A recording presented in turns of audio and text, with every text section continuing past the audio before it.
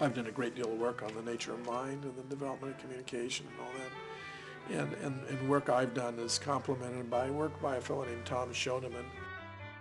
My research indicates that the key notion is that of concepts. Concepts are when we bring certain properties together as in characterizing a kind of thing. For example, a child has the capacity to put together something that's round with something you can throw, something you can roll, something you can chew on, something you can squish.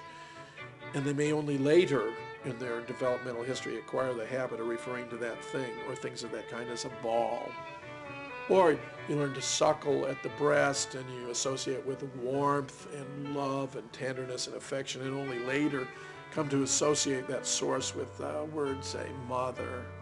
Or you can learn to draw on hard surfaces, on walls and so forth with multicolored, different sizes and shapes, and only later put together or start to develop the linguistic habit of referring to those things as chalk.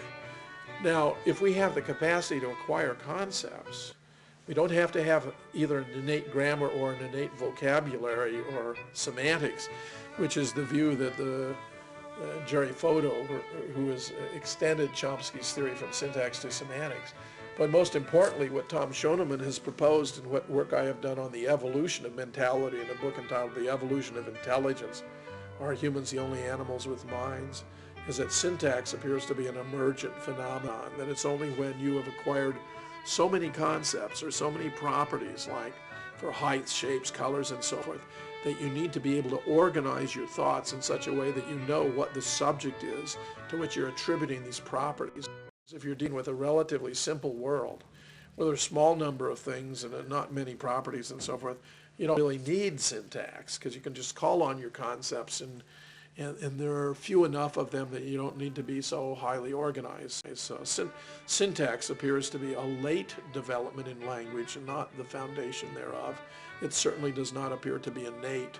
As Chomsky maintains, I've often been bemused by Chomsky's declarations that syntax is species-specific, innate, genetic, inborn, and his difficulty to tell us what it is that is this innate, genetic, inborn syntax, because he has published book after book after book trying to tell us what is the innate syntax. If there weren't innate syntax, he ought to have been able to discover it by now. Moreover, in the course of 35 years of college teaching of logic, critical thinking, and scientific reasoning, I've discovered how extremely difficult it is to bring students to the point where they can analyze sentences and arguments from the point of view of their syntax. If we had an innate syntax, it ought to be something we could do effortlessly. In fact, it's something that requires a great mental effort, which suggests to me that the very thesis of an innate syntax is hopelessly undermined by empirical data available to every teacher and every student of logic. How do you explain Chomsky's lack of ability to look at 9/11? I've been profoundly disturbed by Noam Chomsky's role as a public intellectual, because while he's been wonderful at the intermediate range of issues, and he'll frequently offer devastating critiques of the government, when it comes to the mega issues, the ones that are truly of historic importance, such as the assassination of John F. Kennedy or the events of 9/11, he somehow suddenly can't see the evidence, he can't appreciate policy implications, he doesn't think there's anything to it. The assassination was a crime and an atrocity, but the idea that there was any kind of high-level conspiracy behind it seems to me extremely unlikely on the basis of any evidence I can discover, and I've looked pretty hard. I can assure you that he is as wrong could be. Indeed, in a book I co-authored on the death of Paul Wellstone, I made a point during the comparisons I was elaborating about how the government fakes evidence and covers things up, how Chomsky had played a role here in not recognizing the major policy issues involved with JFK, included wanting to reform or abolish the Federal Reserve, cutting the oil depletion allowance, getting rid of, even abolishing the CIA, not invading Cuba, pulling our troops out of Vietnam. I mean, we're talking about some of the most important policy issues of our time. And yet Noam Chomsky has said that even if there was a conspiracy to kill him, since, so far as he can see, it had no policy ramifications, not important even if it took place. I mean, it just doesn't make it. I mean, even if we're true, which is extremely unlikely, who cares? I mean, even if we're true, which is extremely unlikely, who cares? You know? I mean, it doesn't have any significance. You know?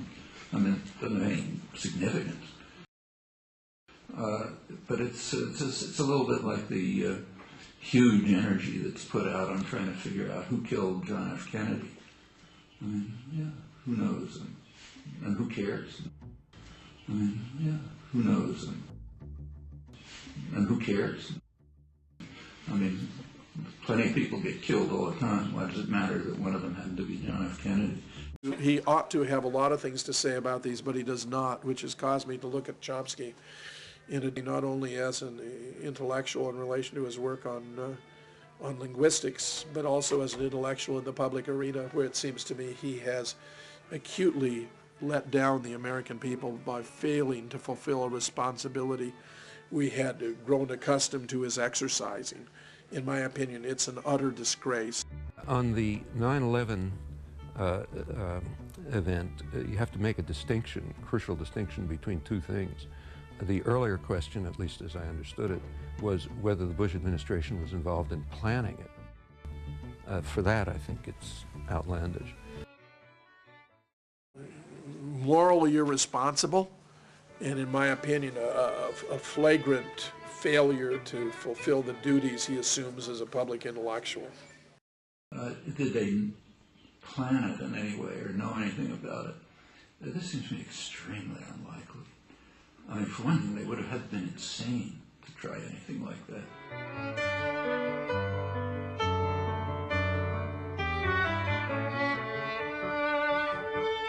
Well, I can only tell you with regard to my evaluation of what he has had to say about 9/11 JFK, it's been utterly inadequate.